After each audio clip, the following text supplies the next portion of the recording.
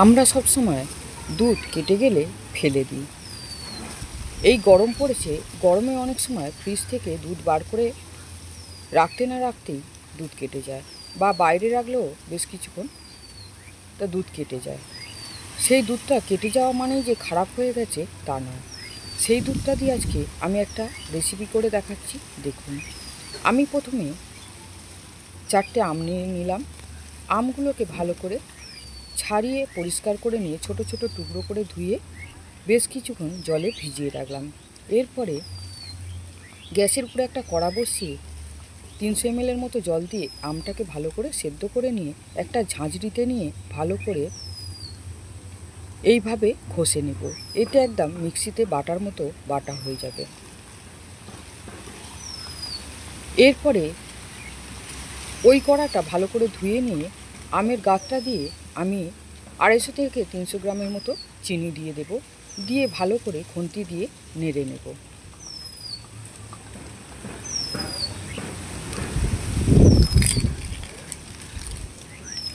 অল্প একটু কেশর কালার দিয়ে দেব, এতে আমের পাকা রঙটা ভালো আসবে। আপনারা না চাইলে না দিতে পারেন, কিন্তু দিলে দেখতে ভালো লাগে, তাই আমি দিলাম।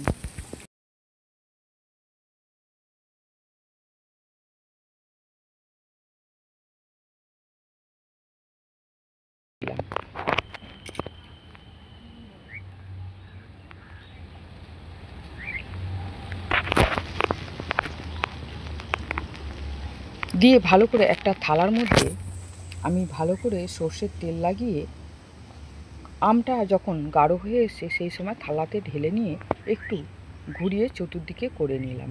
এরপরে ফ্যান চালিয়ে আমি থালাটা রেখে দিলে একদিনের মধ্যেই শুকিয়ে যাবে, আমসত্ত্ব হয়ে যাবে। আমি তো বলবো রোদে দেওয়ার থেকে ফ্যানের হাওয়া দিলে খুব তাড়াতাড়ি শুকিয়ে যায়। এরপরে ওই কড়াটা ধুয়ে নিয়ে পরিষ্কার করে আমি গ্যাসের উপরে বসিয়ে দিয়ে ভালো করে গরম করে নিলাম। নিয়ে 1 চামচ ঘি কড়াতে বুলিয়ে নিলাম।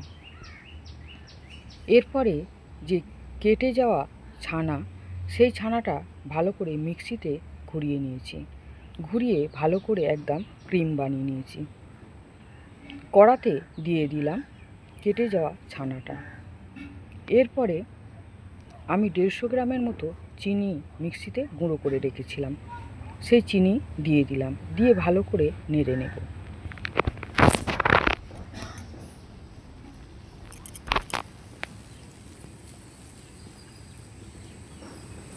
এরপরে 2টো এলাচের দানা বার করে গুঁড়ো করে নিয়ে দিয়ে দেব।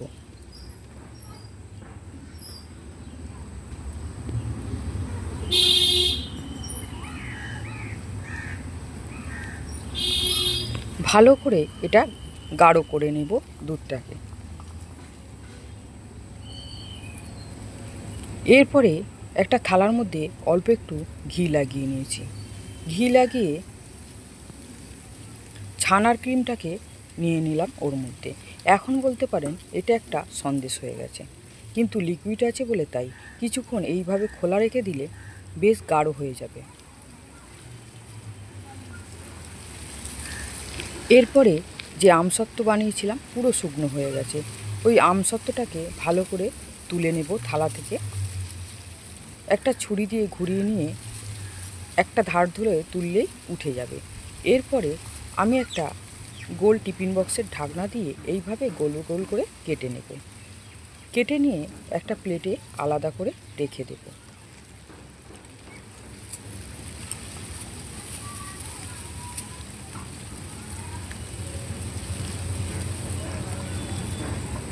এরপরে যে আমি ছানার সন্দেশ বানিয়েছিলাম, ওই আমসত্ত্বর গোল গোল কাটা অংশের মধ্যে ভালো করে লম্বা করে বিছিয়ে দিয়ে একটা করে রোল পাকিয়ে নিলাম।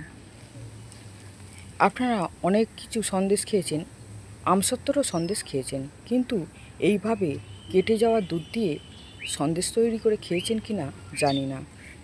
আমার আমসত্ত্বের সন্দেশ যদি আপনাদের বানানো ভালো লাগে, আমার চ্যানেলে একটা সাবস্ক্রাইব করে দেবেন, লাইক করবেন, কমেন্ট করে জানাবেন। আমার তাহলে বেশ ভালো লাগবে।